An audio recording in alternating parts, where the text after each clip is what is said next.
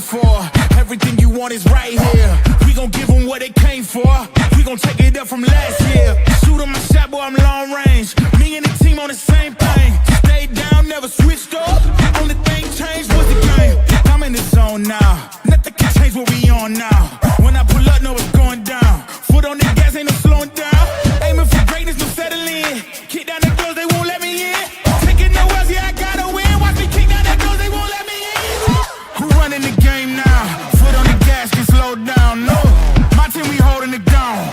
We know we running it now. Watch the game change. Watch the game change. Watch the game change. I'm sorry, I couldn't help myself. Let's fucking go. Welcome to another edition of the It's Cavalier podcast. It's your boy. I forgot my own damn name.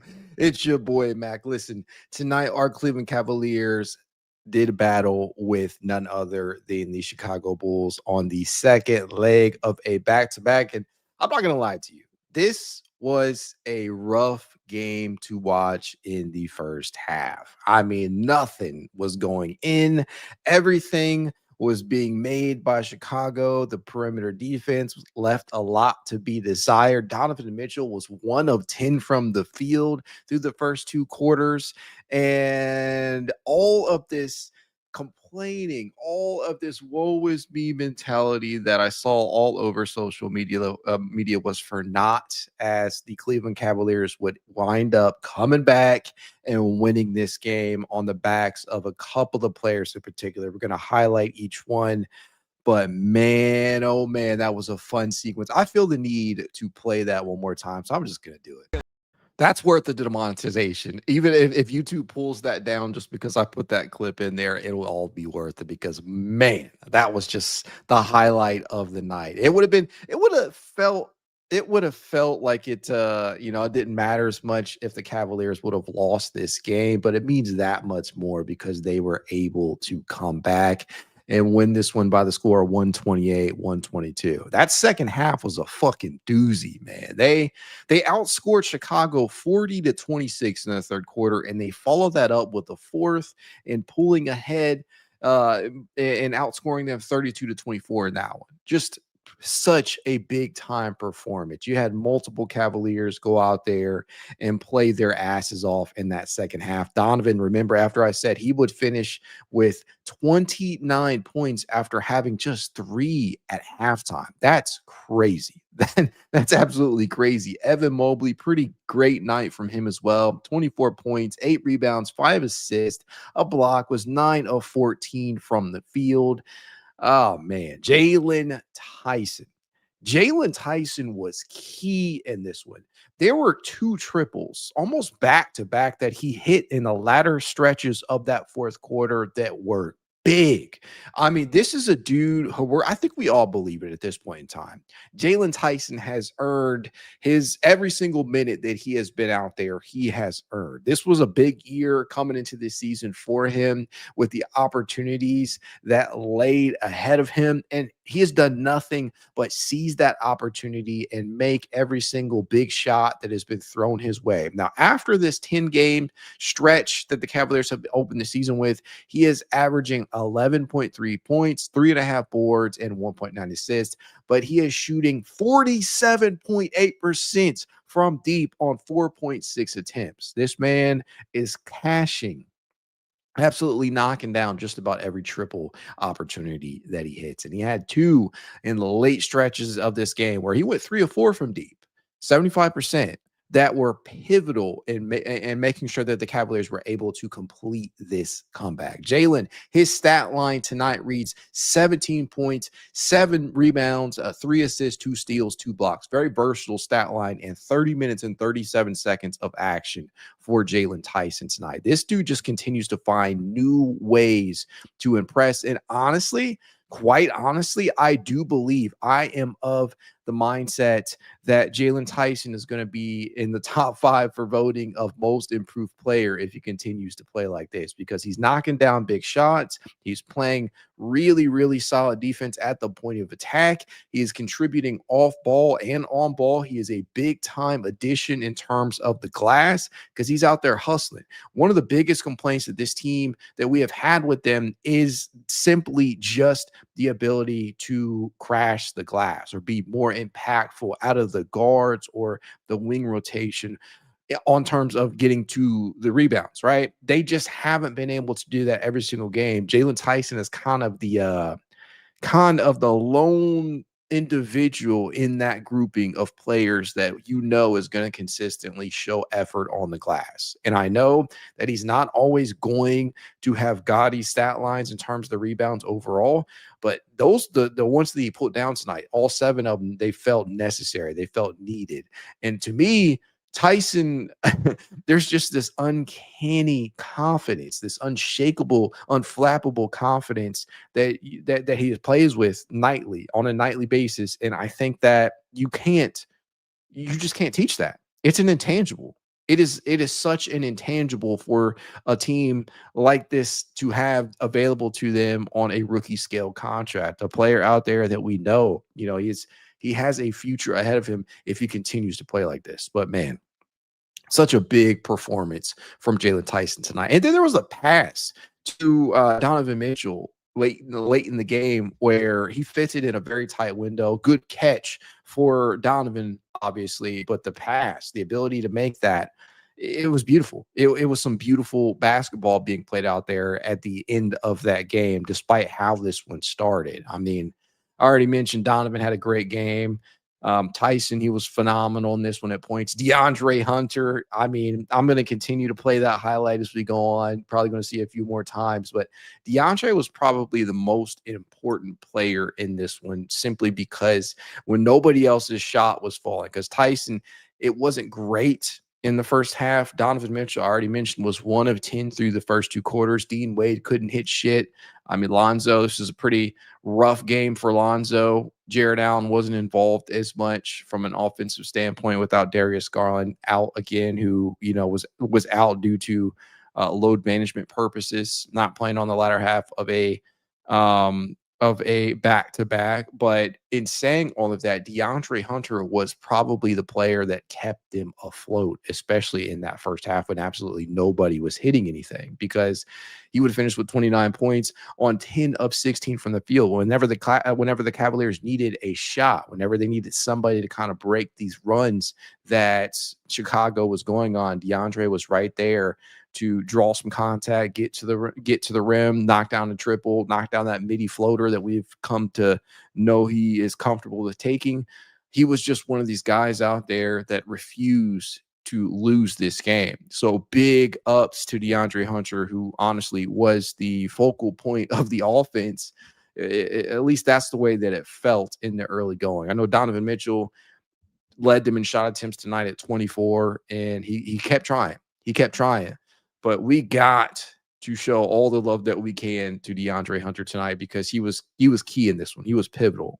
And I know that Tyson, Don, other players made an impact, but this one felt all about DeAndre Hunter at times. And I think that highlight, which I'm going to play one more time, really showcased it all. It just makes you smile, man. That was probably, it's not the best ankle breaker I've ever seen, but there were legitimate scares that he actually hurt Giddey off of that move. That's at least what it looked like, simply because Giddey left the game immediately after that. And I think he was seen going back to the locker room. There were honestly, I don't know. I can't do it justice. He absolutely snatched this dude's ankles off of his body. And I really did think he was hurt at a certain point. But I would be remiss if I did not point out the fact that the player that Lonzo Ball got traded for in Isaac Okoro, I'm still an Isaac Okoro fan. I'll just say it that way, right? It's funny. It's funny because in a season in which Isaac does not necessarily start shooting the ball all that well, Ice had a really good game tonight on both ends. Obviously, I think there's an emotional component to that. He's returning to Cleveland. He's getting a nice standing ovation from the crowd. That's all nice to see from a human perspective. But Isaac this year, it's not like he's having the greatest, most efficient start to the year. He is shooting 32% from three-point distance, 43.4% overall from the field, and averaging about 7.3 points per game.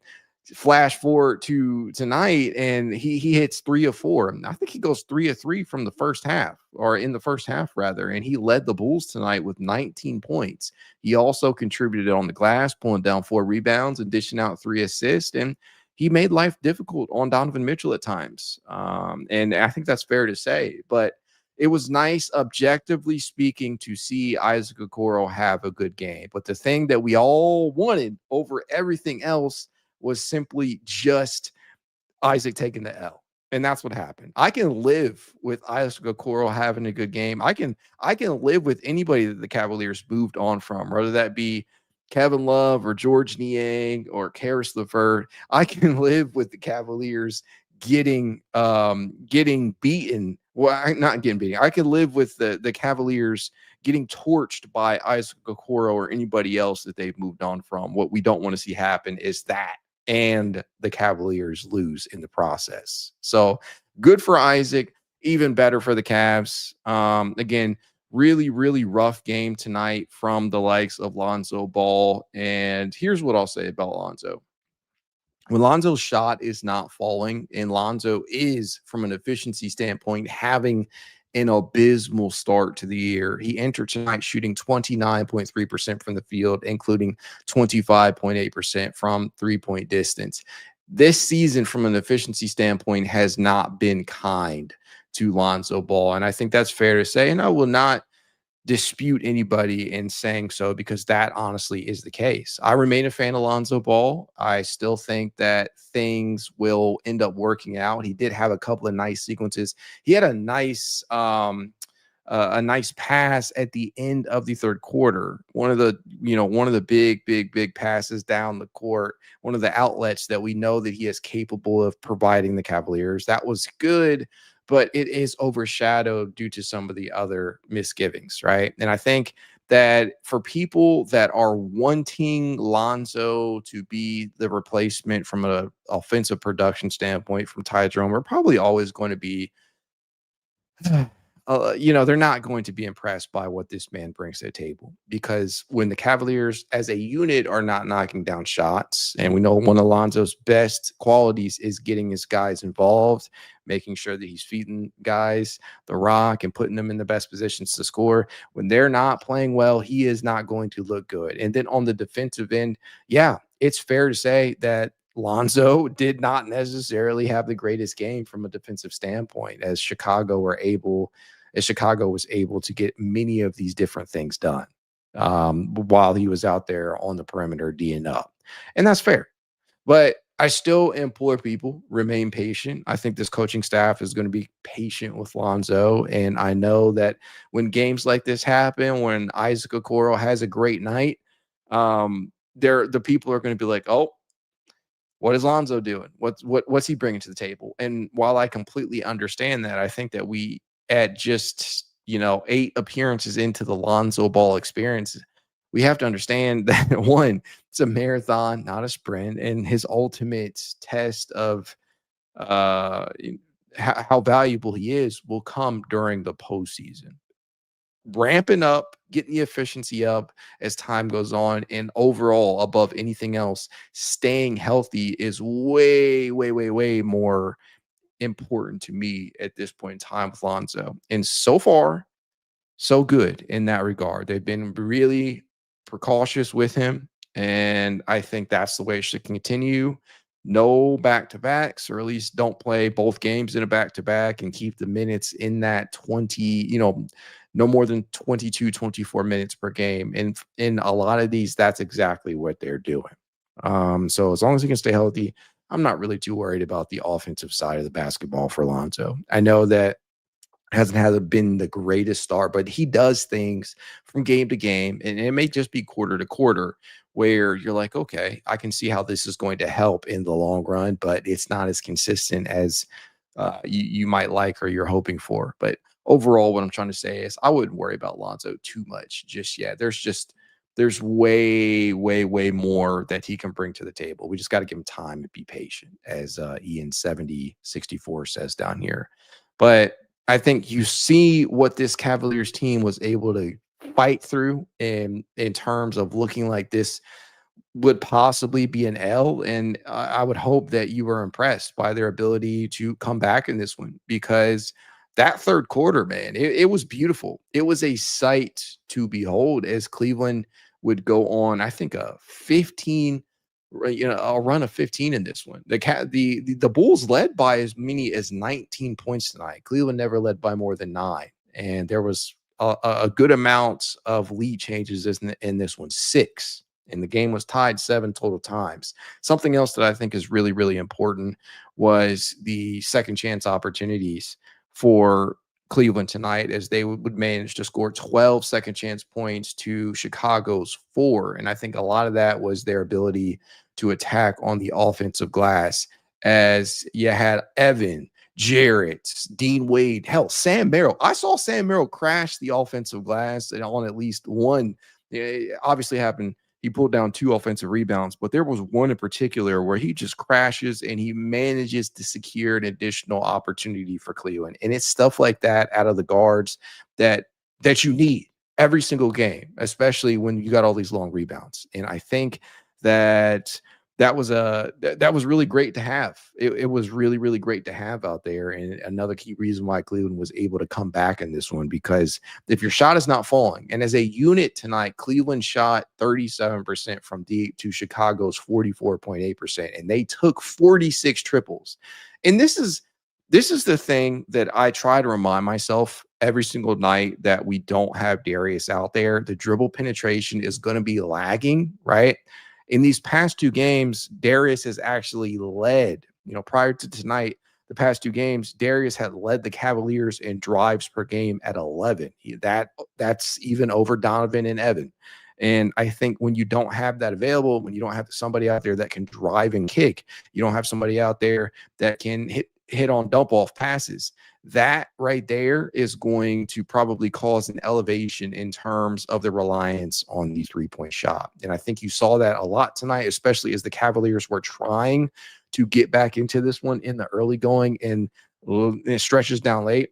And I think that's sometimes you get caught up in trying to play like your opponent. And I think the Cavaliers, after seeing fucking Jalen Smith go 4-4 from deep, seeing Patrick Williams shoot 3 of 4, Isaac, already mentioned, was 3 of 4 tonight. After seeing a lot of these shots go in, you're like, okay, maybe we can try and do that ourselves. But that didn't work out. I mentioned numerous times, Don was really struggling early on, and that includes from 3-point range. And they were thankfully able to turn things around that second half. But I think a big part of that was aggressiveness and driving and getting inside that painted area. And I know that the stat sheet will tell you that they one-upped Chicago tonight, 50 points to 48 points in the paint tonight. But I would not hesitate to say that a large majority of that came in the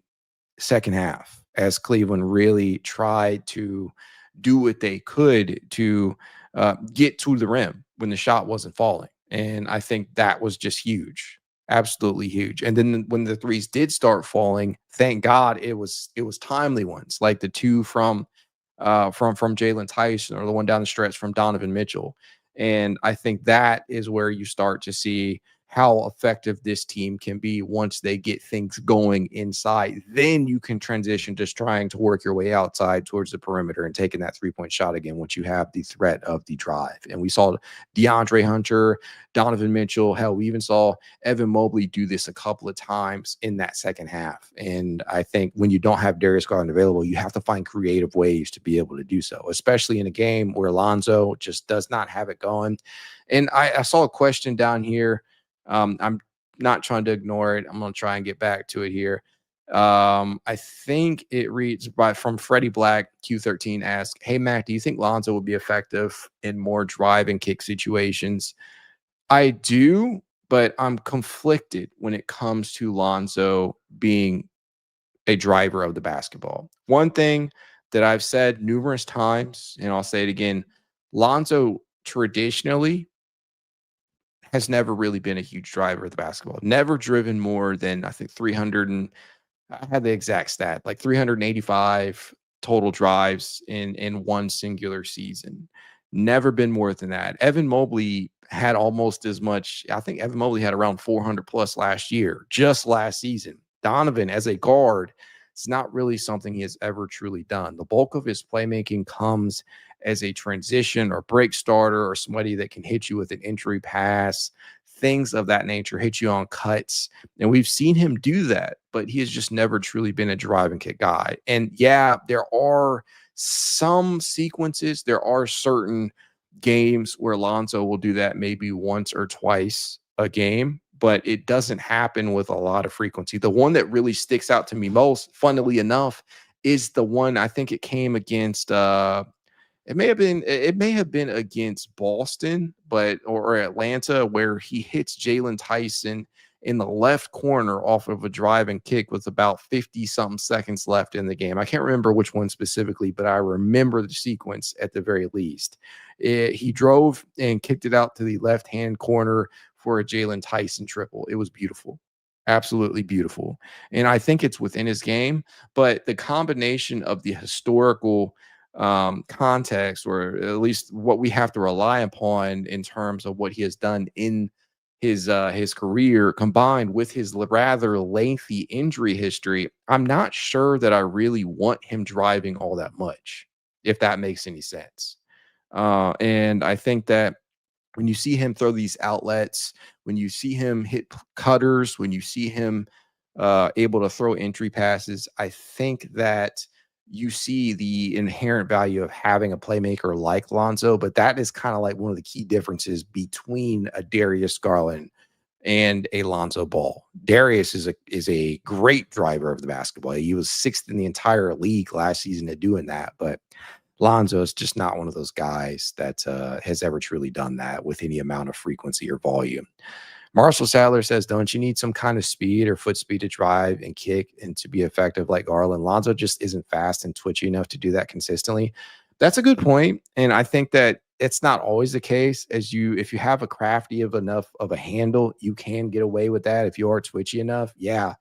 But I would think that if you haven't watched Lonzo play with a substantial amount of time throughout his career, I mean, this would be something that would be clear to a lot of people, right? It's not really something he's ever truly done with high volume. He can do it, but just don't expect him to do it a lot throughout the duration or course of a game or season, whatever, what have you. But yeah, just not the greatest game from Lonzo, but I think you live with that when you have other people stepping up. I thought that Sam Merrill was able to contribute in at least on the defensive end and assists, right?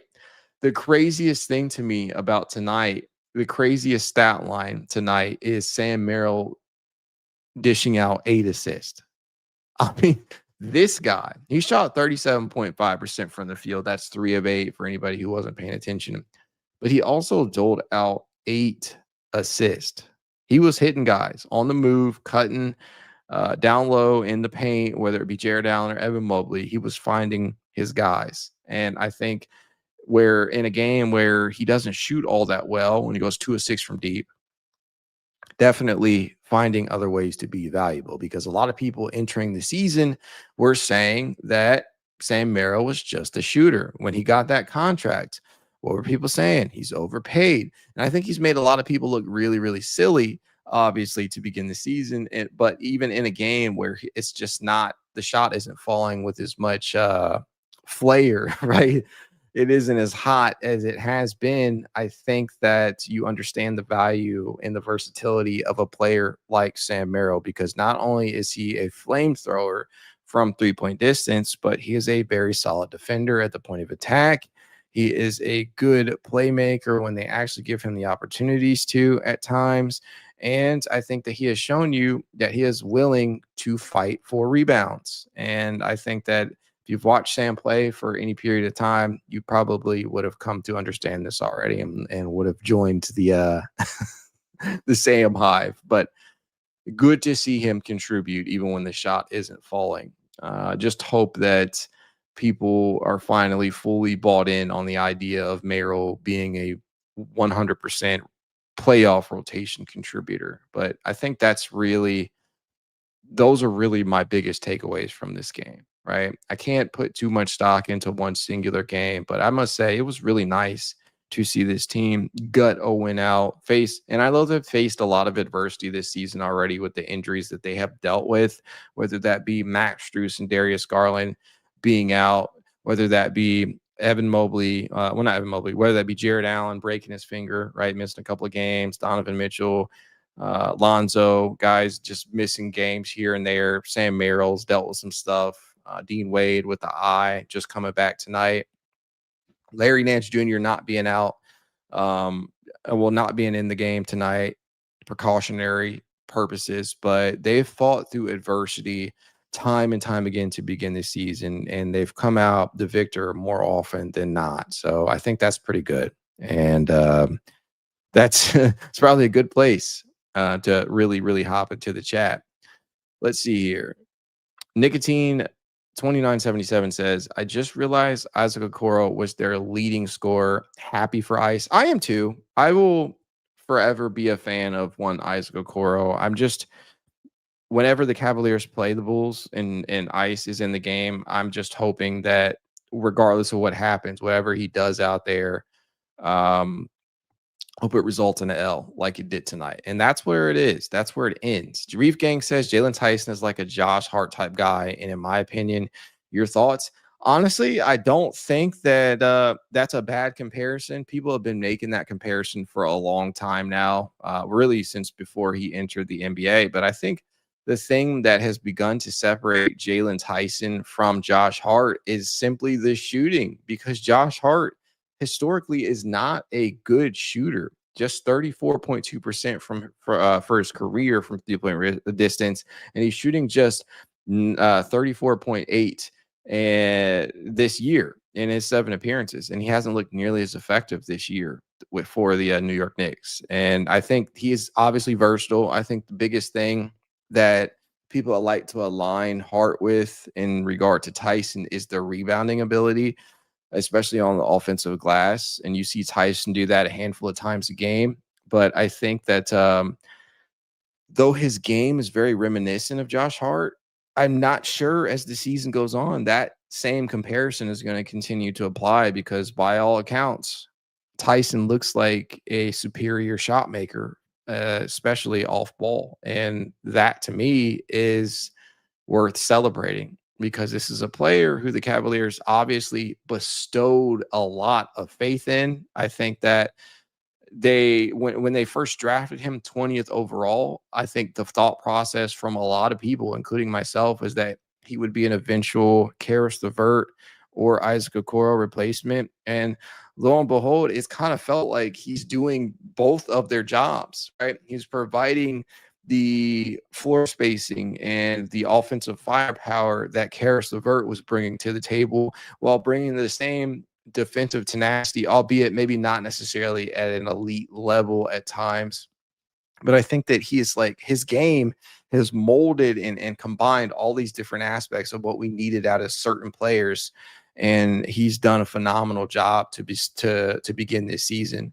As I mentioned, Jaylen Tyson, through these first 10 games, through these first 10 appearances for him, he's averaging 11.3 points, and he is shooting 51.3% from the field, including 47.8% from 3-point distance on good volume, right? This is not like Isaac Okoro having a great shooting season from 3-point distance from purely a percentage standpoint. And I say that lovingly, right? Because Ice, throughout the duration of his career, after his rookie season, he elevated the percentage. In second, he began his career shooting 29% from deep. He followed that up with 35%, then 36.3%, 39.1% in 2023-24, which remains his career high. And during that season, right, even in a season where he shoots almost 40% from deep, the volume still left a lot to be desired. He was just at 3.1 attempts per game. Jaylen Tyson is blowing that out of the water from not only an efficiency standpoint, but from a volume standpoint. 4.6 attempts, and he's shooting over basically 48%. That to me, that's crazy. That's just crazy. And I hope that it continues. I know he's going to have some nights where it doesn't look as good as it has to start the season. But as long as he's contributing in multiple areas, I think that you can already feel confident that, yeah, he is in just 10 games this year. He's already done anything more than Isaac Okoro, honestly. And I say this lovingly again, love Ice. Not all development is linear, and I still think there is a pathway for Isaac, as you saw him tonight play pretty damn good basketball. But Jaylen Tyson, just being in year 2 and doing all the things that he's doing, whether that be knocking down a 3-point shot or providing solid defense at the point of attack or making sure that he is knocking down those wide open triples, right? The off ball shooting that Ice can never truly master with any level of consistency. Jaylen is doing all of these things, and he's doing them very, very well. And doesn't matter if he starts, doesn't matter if he comes off the bench. He's proven to you that he can be valuable and productive in either spot, in either role. And I think that that's a tough thing to be able to do when your role is constantly flipping, when you're being asked to do X, Y, Z, and your role might transition from playing the 2 and starting at the 2 or starting at the 3 or coming off the bench and playing either one of those positions or giving spot minutes at the 4, which we know that he has done throughout the course of his young career. Doing all of these things, that is valuable, and you're doing it on a cheap contract, a rookie level contract. Man, oh man. Reef Gang also says Mobley has 24-8-5. Man, come on. It wasn't all Dre keeping the team alive in the first half. I know that it wasn't all Dre, and I do give a lot of credit to Evan Mobley, but I think that Dre's shot creation out there was more impactful to me. I think that at least from an offensive standpoint, and I don't think that's being unfair to Mobley. I think Mobley, Jarrett Allen, and DeAndre Hunter combined to score 26 of the Cavs' first 32 points, which is their first quarter, right? That's pretty big from your front court trio. So major props to these guys. But I think that DeAndre Hunter's sheer ability to keep things, or to, from an offensive standpoint, to be an additional creator out there opposite Donovan, that was big. I love Evan, but Evan a lot of times has to be positioned in a specific spot, or he has to be spoon-fed different looks. And I think that to me, from a creation standpoint, DeAndre Hunter was more impactful, at least on that end. That's where I'm at. That's where I was at with it tonight. But I absolutely love what I saw out of both of those players. Eric Cosenaire says, very happy with that second half. Rude Lane says Merrill is Merrill is an underrated playmaker. He is, and I think that when you allow him to function as this secondary, sometimes tertiary facilitator, playmaker out there, I think that he can be a very, very good the playmaker and somebody that can impact the game simply doing more than just simply knocking down that 3-point shot. Beautiful. Ian 7064 says, everyone keeps saying how bad the bench scoring is. Strus should have no problem getting minutes. Yeah, I mean, I never questioned Max Strus's ability to step right in and contribute. And I think that not having that certifiable bucket getter that Ty Jerome was last season really helps out in that regard, because on one hand, there's a conversation to be had about, okay, if you're not getting a consistent scoring threat each night from your bench, do you consider moving DeAndre Hunter back to the bench now that we know Jaylen Tyson looks so good, no matter whether he starts or comes off the bench? There is the whole, okay, well, since we know Jaylen Tyson can be productive off the bench, do we just rely on him more to be more of a creator? And I don't know if that's really as valid as the former, simply because Jaylen Tyson's shots, every single triple that he has made this year, it's via catch and shoot. It's not on ball. And that's not to say he can't create for himself, because we've seen him do that. But I think that in saying that, we have seen Max Strus function as a creator. And I think that we've seen it in the playoffs. I think that we have seen it in stretches during the regular season. But I say all that to say, I don't think it'll be all that hard for a bench that can hurt for scoring at times to put Max Strus back in and think that it's not gonna work out, because it will. I think that Max has this rare skill set to kind of blend in with whatever you ask of him, and I think he's going to help in a major way, especially if Darius Garland's healthy, especially if Lonzo, he's healthy, and Sam and everybody else.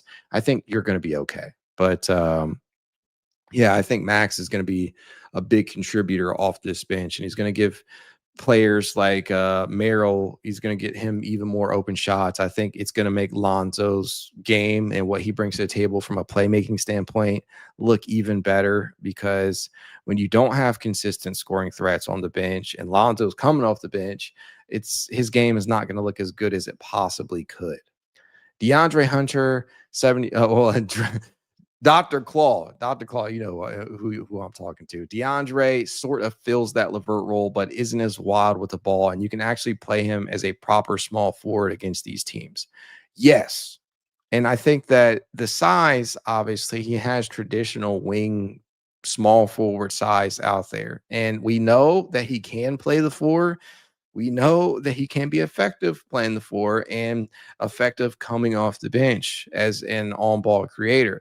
But I think from a defensive standpoint, he gives you a lot of matchup versatility. And I think that that's the key that the Cavaliers want come the playoffs. They want this big lineup. They want to be able to throw DeAndre Hunter from a defensive standpoint at guys. They want that big wing from a creator standpoint that isn't going to be bothered by some of the better wing defenders out there. And I think that's huge, because in a lineup where you needed more balancing, because Donovan and Darius are 6'3" and under, you needed a 3 who had some size to him. And that's no knock on the incumbent options like a Jaylen Tyson or Dean Wade, but you needed somebody who kind of fit the mold of all of these different things put together. Somebody who could be productive off ball, somebody who could actually create for themselves, somebody that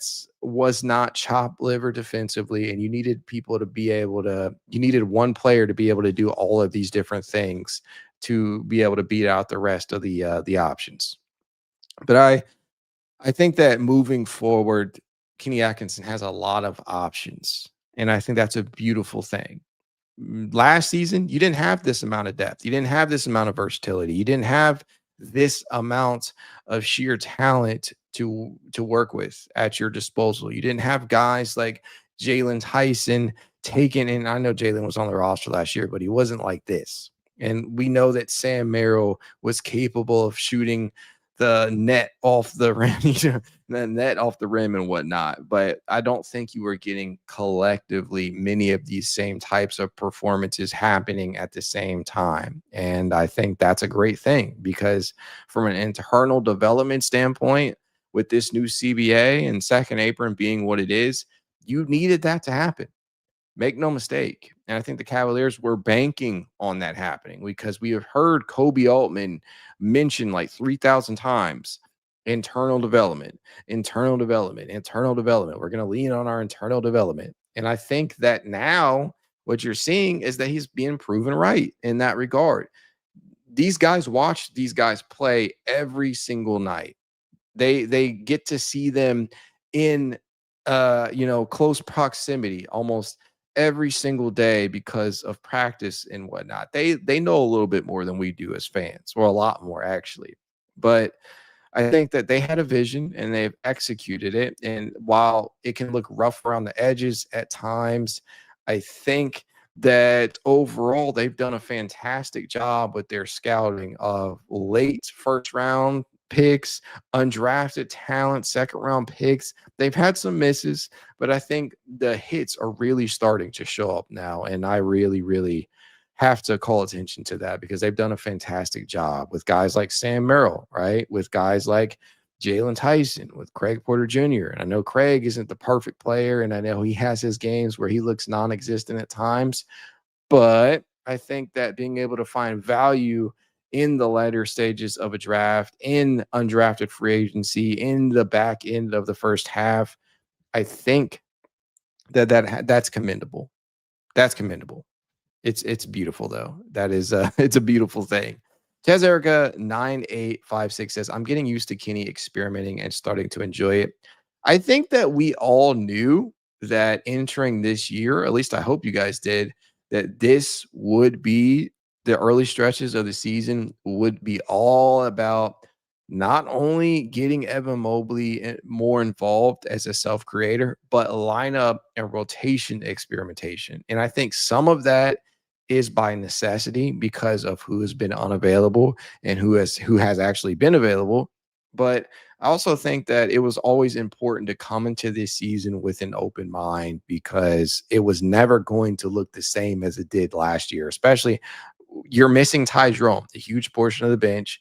Isaac Okoro is no longer here. There is no Karis LeVert. There is a number of pieces that just aren't on this roster anymore. And there are a number of players that aren't healthy and just came back or are still working their way and back into the rotation. All of these things combined for a season that was always destined to begin a little bit shaky, a little bit rocky compared to where it was last year, where the Cavaliers reeled off wins like it was nothing to start the season. It was never going to be like that. As you know, we got spoiled with all this winning last year, 64 win season last year. It was never going to be like that. And I think that as long as you had things put in the proper perspective, you are going to walk away from the first 10, 15 games of this season feeling like progress has been made. Now, again, there still are a lot of things to work on. The perimeter defense can be better. The effort on the glass can be better. The free throws can be better. As tonight was another game where the Cavaliers did not shoot well from the free throw line. 19 of 26 overall. That is good for 73.1%. And I continue to say this. It feels like everybody has been a culprit. DeAndre Hunter missed 2. Evan Mobley missed 2. Jarrett Allen missed 3. You know, it is one of those things where it remains an area of improvement. And I think that is going to be the difference in some of these games. And I think it already has. But as long as you have the proper perspective in place, I think that you will enjoy what you are seeing on the court each and every single night. Because I have, win or lose, there have been little bits and pieces to take away in terms of an evaluation standpoint. And as long as you keep that in mind, I think you're going to be okay, because it is a marathon and it is not a sprint. Ian 7064 says, I think that 15-0 start last year dissuaded Atkinson from doing some experimenting, tinkering with the lineups. Why break what isn't broken? I think that is somewhat the case. I think that when you are starting to see that things are clicking and the rotation that you have is working, there isn't a lot of real what's the real motivation to actually experiment with the lineups. But I think last season too, you didn't really deal with there were injuries, but you didn't deal with as many as I think as this team has already had to deal with in the early going. All right. We know Max Strus was out until roughly mid-December last year, but outside of that, I can't really think of many that really truly affected them. I know that there were games missed by specific players, but it wasn't anything with any length of time. And we know the Cavaliers, they entered the season without Darius. He just came back. We know Lonzo's being managed. You know that, like I mentioned, Jarrett, Sam, Donovan, they've all had these things that they've had to deal with.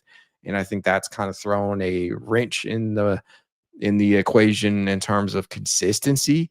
And whether it be due to necessity or not, it has been nice to see them experiment much more than they have in seasons past, which is great. And I think it points to the level of depth that you have now, too, as there's still people that will complain about Thomas Bryant not playing or Naquan Tomlin not getting time, things of that nature. But I think that you just have to keep everything and put it in the proper perspective and context, and you'll walk away feeling really nice. But before we get out of here, I do have to play this highlight one more time. Oh man, I'm never gonna get over that one. That was just such a beautiful sequence. I don't think Josh Giddey is ever gonna get over that one as well. Even if they had won the game tonight, I still think that Josh Giddey probably would have gotten shit for that in the locker room or in the media. But now that they lost and that historical feeling ankle breaker occurred, it's just a double whammy for Josh Giddey. But as I always tell you guys, if you like to reach out, you know how you can. It's Cavalier_pod on Twitter, TikTok, Instagram, YouTube, and more. If you want to be added to the It's Cavalier Discord chat, you know what to do. Leave a rating, leave a review, send a screenshot of said review to itscavalier53@gmail.com. And I will send you said invite. If you want to support the pod in a small but helpful way, consider becoming a member over on Patreon or YouTube. You can do so for as little as $1 a month. You never know how much that helps when you support your favorite creators. But even if you don't, your boy will still be here creating the content just because I love the Cavaliers and I know you guys do too. Go Cavs.